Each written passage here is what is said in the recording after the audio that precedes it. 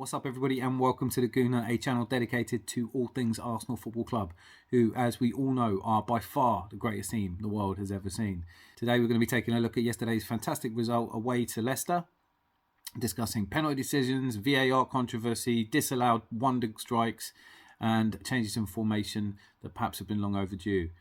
Before we do that, though, if you could just smash the subscribe button so that you can be regularly updated. I post every single day.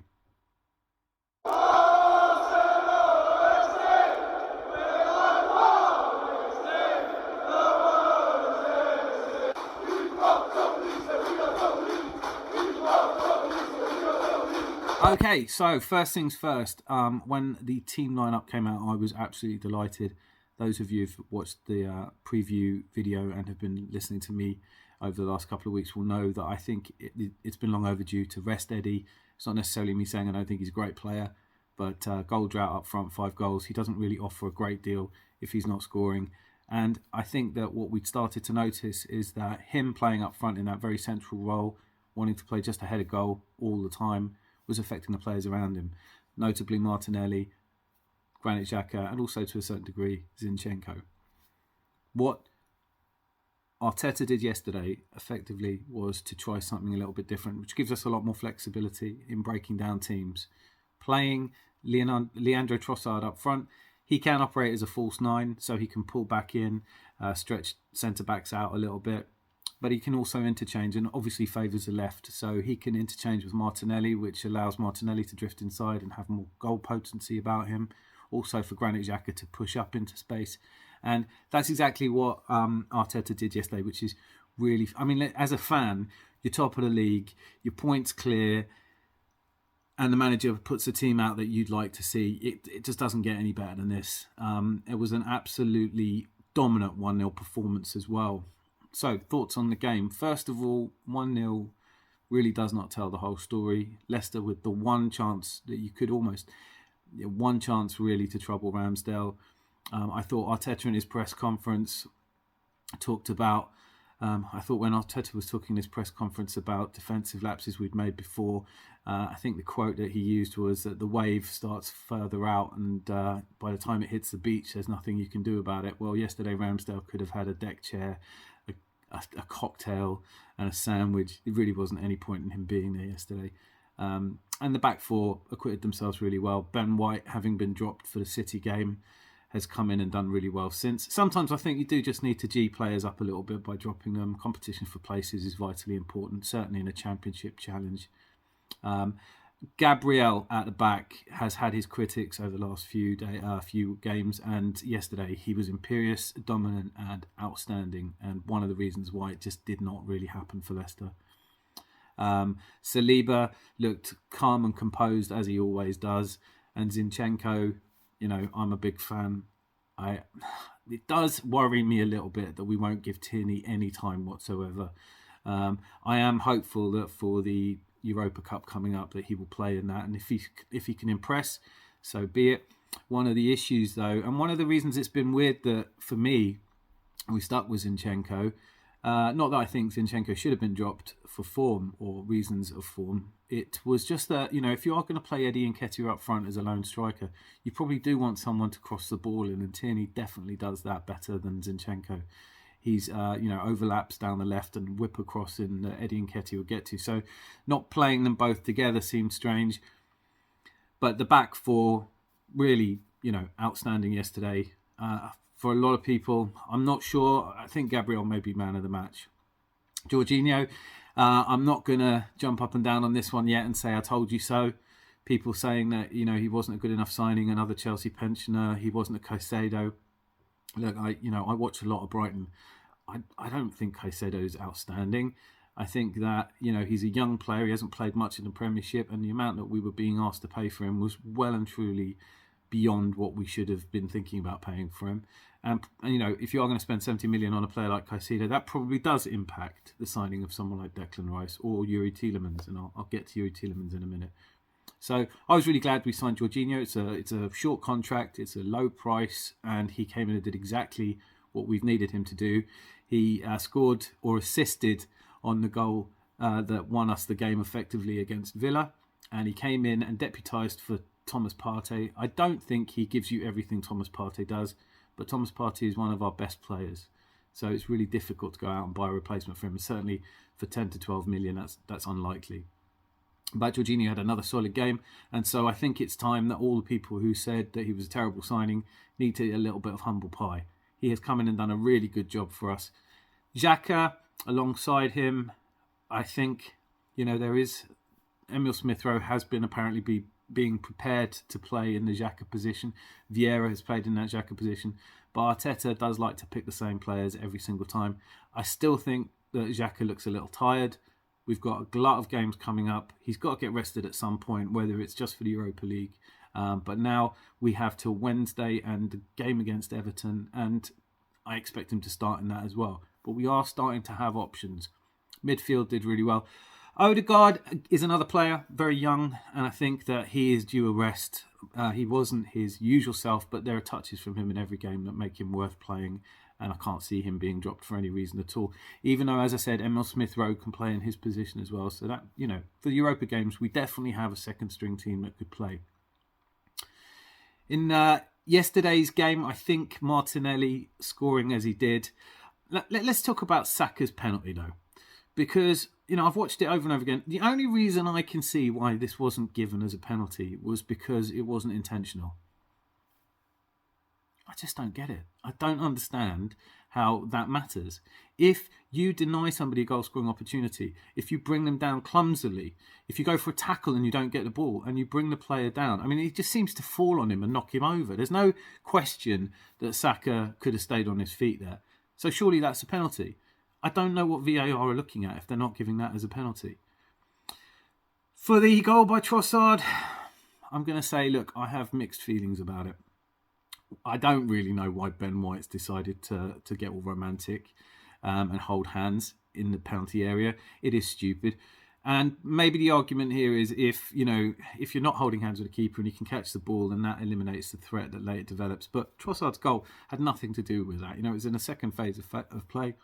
He has the ball, takes a beautiful shot, and it just seems to me like you have to be one kind of an idiot to want to rule goals like that out. It reminds me of the goal that was ruled out because of Odegaard's apparent foul on Christian Eriksen. These are kind of decisions that I don't think VAR is improving football. Overall, I do think for the offside goal, that's what VAR's for. It could have shown us the lines because it didn't look that close. But the real story of yesterday is that we have started to see that we can change things up. It's really important. One of the reasons I wanted Eddie dropped, as I said, is because he looks tired. But also, he is one type of footballer. He doesn't move around in the same way that Trossard does. He probably offers you more goal-scoring threat, but that's all he offers you. And if he's not scoring, then you do have to consider dropping him. He played every single minute up until yesterday. And I think Arteta was buoyed by the success he had with dropping Martinelli, because having dropped Martinelli when he brought him on against Villa, he looked rejuvenated and a new player. So I think there's an element of that. I would like to see us, hopefully, Gabby Jesus is going to come back in time for perhaps the away game for Sporting or the away game to Fulham. He's going to need to be phased in a bit more slowly. But hopefully we stick to this system now, either with Martinelli up front or, as I would prefer to see, with Trossard up front so they can interchange and Trossard can fall into a false nine if the game requires it. Eddie can come on as a power substitute, and I think if Eddie had been knocking them in regularly or could have a goal a game average that he started on, then it would be really difficult to drop him. I think going into the match against Everton, he may bring Eddie back because it's much more. We expect to have much more possession, and it's another chance to play him so that he scores and gets through his confidence. Strikers need goals. It's not Eddie's fault he hasn't been scoring.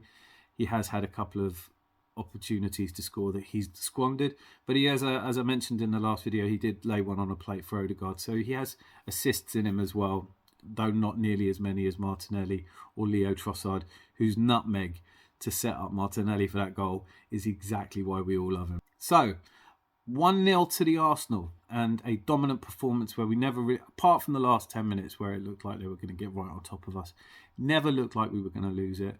and put a lot of pressure on Manchester City, who, to be fair, came out and smashed Bournemouth. Never looked in any danger of that at all. It was like 2-0 very early on. It is a worry. I'd love them to have had another stutter. But we make up this game in hand against Everton, and I think we're bolted on to win this game against Everton. I think we're bolted on to win that. And I can't see anything. I think the new manager bounces over for Everton. Aston Villa. I'm trying to remember exactly what year it was, but Everton versus Aston Villa in the 90s was one of the worst games of football I've ever seen. So whenever those two play each other, I try and swerve it. The highlights I watched of it, what was it, like 20 seconds or something? Those two teams just don't seem to be able to put out good performances between them. But I think Villa winning that one should give us some idea of Dyche is going to come and play Dyche ball. He's going to try and do everything he can to keep us out. We'll have over 20 shots in that game, and if we can't convert any, well, maybe we don't deserve to be champions. But I'm so confident that we're going to beat Everton and that we're going to create that 5-point gap between us and Manchester City, which puts pressure on them. We have games coming up, run of games, which we'll discuss in future videos. For now, I think the important takeaways from the game away to Leicester are second away game in a row following that defeat from Man City, is that when we are needed, when the points are needed, we go and get them.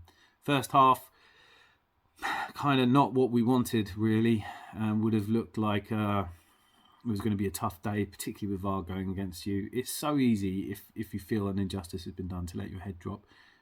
Players didn't do that. They're showing character every single week, which is why I'm so confident we're going to win against Everton.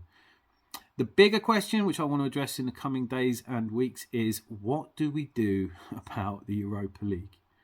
Because Sporting, I think we can get past them with a second string team.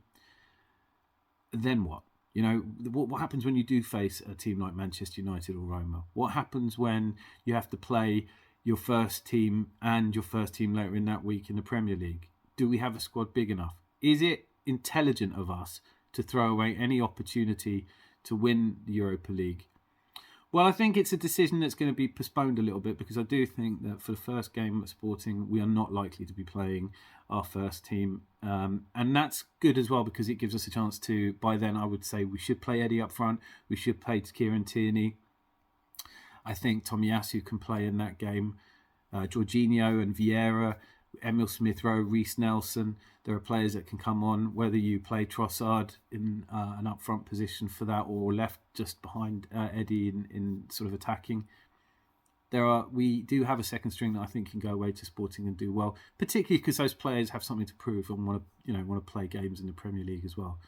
I think our squad is a little thin for a typical title challenge, but that's where we are.